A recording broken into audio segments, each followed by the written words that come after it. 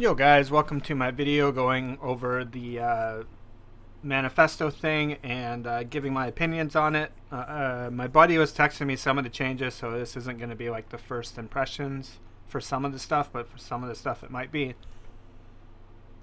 So here we go. So we got Ascendancies. We've lowered the offering effect of Necromancer's Mistress of Sacrifice and the Ascendants back to its original, back to its past value of 50%. We've also lowered the critical strike chance and multiplier on the Assassin's Deadly Infusion and critical strike multiplier on the Assassin's small passives. Sounding like Mike Tyson here. These two passives are making the classes too generically powerful for too many builds. I was expecting the offering thing to get nerfed a little bit with the whole glancing blows thing, with the block on, or healing on block. I don't know much about the other stuff. I don't really play Assassin too much. Glancing blows. We've changed the glancing blows to cause more damage to pass through your block. You now take 65% of damage from blocked hits. The keystone combined with the effects that recover life or energy shield on block were providing too much survivability for too little investment. I was kind of expecting it to be left alone, but have a thing on there that would state that you can't gain health when you block or whatever. That kind of sucks, because what made it so OP is like they nerfed it for everyone else that didn't use it for that. But I can kind of understand the changes as well. It's still a very powerful node. But yeah. Divine Flesh. Okay, this is going to get hit. I was expecting it to get hit a little bit. Divine Flesh keystone providing an extremely strong defensive layer against elemental and chaos damage, provided you can get enough chaos res. We've lowered the amount of maximum chaos the keystone gives to plus 5%, making investment into maximum chaos more necessary to get the same defensive outcome. That's not too bad. I think it's still fairly decent, personally. Not great, but not bad at the same time, if you can get your chaos res up. Enduring Cry. I was expecting this to get hammered, the life regen thing. This war cry combined with the Call of Arms keystone gave convenient defense with little or no player interaction. We're increasing the Enduring Cry's cooldown to 8 seconds and requiring at least one enemy to be in range to generate endurance charges in order to increase the importance of positioning and timing during gameplay. Well, that kind of sucks, because I'm pretty sure the only reason why that got hit with that is because people were putting it on their move thing and then just having it go off all the time. They should have just made it so you can't do that. It's my opinion, but what do I know? But I'm really surprised they did not nerf the life regen on it. I was expecting that to get hit pretty hard, to be honest. Alright, Ball Lightning. Ball Lightning combined with slower projectiles outclassed the damage of other spells, so it had its damage and area lowered slightly. Okay. Apparently it was really good. I never played it or anything. Spell Slinger. I was expecting this to get touched because everybody was using it. Triggering spells with Spell Slinger was faster and more convenient than other methods of casting spells while leveling. It now has a longer cooldown but gains more cooldown recovery as it levels, making it more rewarding to reach higher gem levels. The skill now starts with a reservation override of 30% down to 25 at gem level 20. Okay, I don't think that's going to do anything, but I guess the cooldown recovery would slow it down. I don't know what its base will be. Redemption Century Specters. I've read some stuff on these things being crazy damage, so we'll see what they do. Monster Variety had superior damage scaling and clear speed compared to most other Specters, so it had its damage and life lowered. I don't think life's going to matter. It was more the damage thing. Cluster Jewels. We made a few numeric tweaks to specific cluster jewel notables that provided a little too much power. This time we're only lowering the values of Precise Commander, Vicious Bite, and Vengeful Commander, but may make further changes in the future. No idea what those nodes are, so sure. If it doesn't affect my mana thing, I'm good. Vitality, Precision, and Clarity. Vitality has always had a value that seemed low compared to the power of other auras with similar mana reservations, which meant it has seen little use outside of enabling powerful Vitality-specific Watcher Eye modifiers. We changed the skill to have flat mana reservation and grant flat life regeneration instead of percent life. It's now available at level 10. Their attribute requirements are now consistent, only requiring the primary attribute and add 75% of the value of standard attribute requirements for skills. I like that. I'll actually use Vitality now. I don't know if I'll use it on my Blade Vortex character because I think I'm going to be fine, but it depends on the flat value. I think it's cool that they made it the flat value too. Makes it so lower health builds can utilize it better.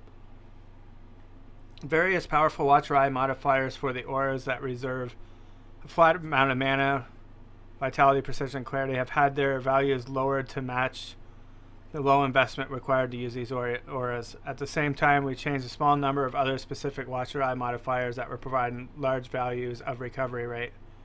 Ah, that sucks. That's a nerf to my build for sure, as I relied on that mana one. Hopefully they didn't hammer it too bad.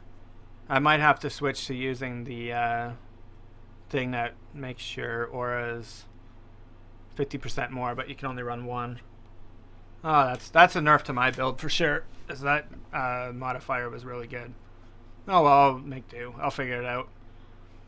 Val Impurity Skills. These skills have been changed to grant maximum elemental resist instead of less damage taken. This is mostly to prevent clever use of game mechanics with standard items that can completely prevent taking certain types of damage. Don't balance the game around standard. Like, it's standard. Who cares? Whole point of that league to me is to have like the best gear in the game and just have like an OP character. Like, yeah, I don't get it. Element effect.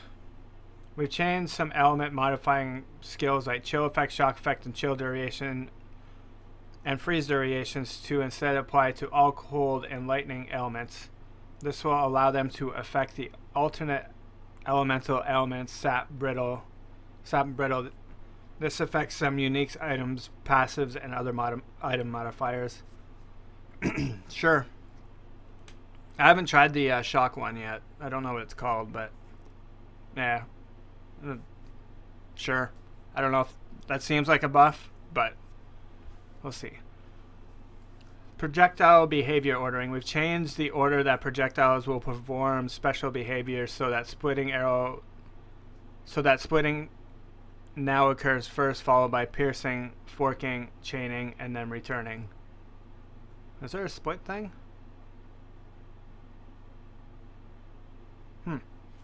For specific mechanics that had chances to occur or not occur, you'll now be able to fall back on another behavior the projectile has. Previously, if a projectile had a chain remaining, the skill couldn't return until it had chained the last time, even if there were no enemies in range to chain to. Now the projectile will return and could still make use of the remaining chain if it hits an enemy during return. Excuse me. So that seems like a buff too. I made a bow build this league, but I didn't get too far with it. Ice shot's pretty fun though. Reduced visibility and stealth. Sources of reduced visibility have now been changed to stealth. Previously, reaching 100% reduced visibility will make you unable to be detected by an enemy, while now 100% stealth will have the range that the range that monsters detect you at, while 200% stealth will reduce at 1/3 of the standard range. Values to stealth have been adjusted to compensate for this. I can understand that. If you can just run through and not have anything aggro you. Like, it seems like, I don't know if it would work for Uber Elder or something, but just being able to focus on him or Shaper and then have it where it's like, oh, the Elder's on the other side of the screen, he doesn't see you, so you don't have to worry about it type thing. I don't know if it worked on that, but yeah. Changes to mods which provide flat life regen. Flat life regenerate mods provided substantial amount of defensive power at low levels, but their values are notoriously low for endgame play. Values of many mods which provide flat life regen have been increased by as much as 100%, making these mods more competitive with percentage-based life regeneration at high levels. Life regeneration mods also roll slightly less commonly on items. Makes sense. They do have a valid thing there. Like, I never use, like, because you'd have like 8,000 health and have, oh, this item has plus 10 health regen per second. It's like, woohoo! Like, yay! Alright, changes to mod tag system. During harvest, we added the ability to view tags mods on the item by holding Alt and advanced mod description. However, further changes to its mod tagging system were required in order to support displaying tags in the long term. We've standardized existing systems that use mod tags to use the same set of tags, applied similar to more consistent philosophy and categorizing with mods that should receive a tag, and we've also made a few changes to Fossil. The primary goal here is the changes to make the effects of crafting functions that rely on mod tags more clear and predictable. Makes sense. I like that. From 3.12 onwards, the tags displayed while holding Alt, which was previously used for Fossil and Harvest crafting, will also be used by Catalyst, the cannot roll attack mods, and cannot roll caster mods metacrafts. The new enchantments available in Heist will also use these tags, as will all future uses of the mod tag system. Mod tags will also be displayed on unique item mods. And then there's a list of the tags. The changes made to systems which use mod tags are the following. Turbulent Catalyst will affect mods with both the elemental and damage tags. Other catalysts will use these new tags or existing tags. Normally, corroded fossils and prismatic fossils now affect mods with both physical and element, or chaos and element tags, rather than just the bleeding and poison tags. The bleeding and poison tags no longer used. I don't know if that's a buff or a nerf, but sure. Fractured fossils now use the new, Facte? I don't know how to pronounce that. That fossil now uses a new gem tag, which has been applied to all mods that directly affect gems, and the gem level tag no longer used.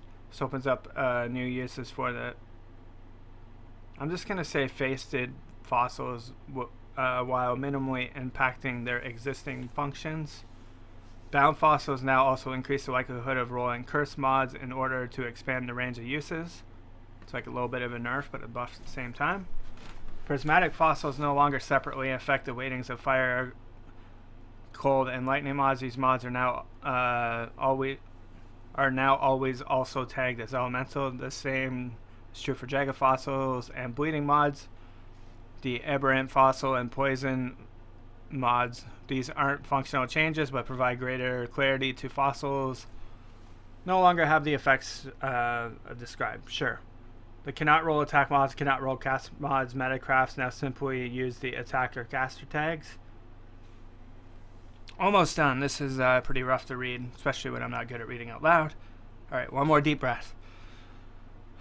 Alright, finally, the rationale used to tag mods has been simplified, and all existing mod tags reviewed for consistency in order to allow players to reasonably infer with tags, and a mod may have, oh my god, this is getting tough to read. This is like 2 in the morning, so just got done work.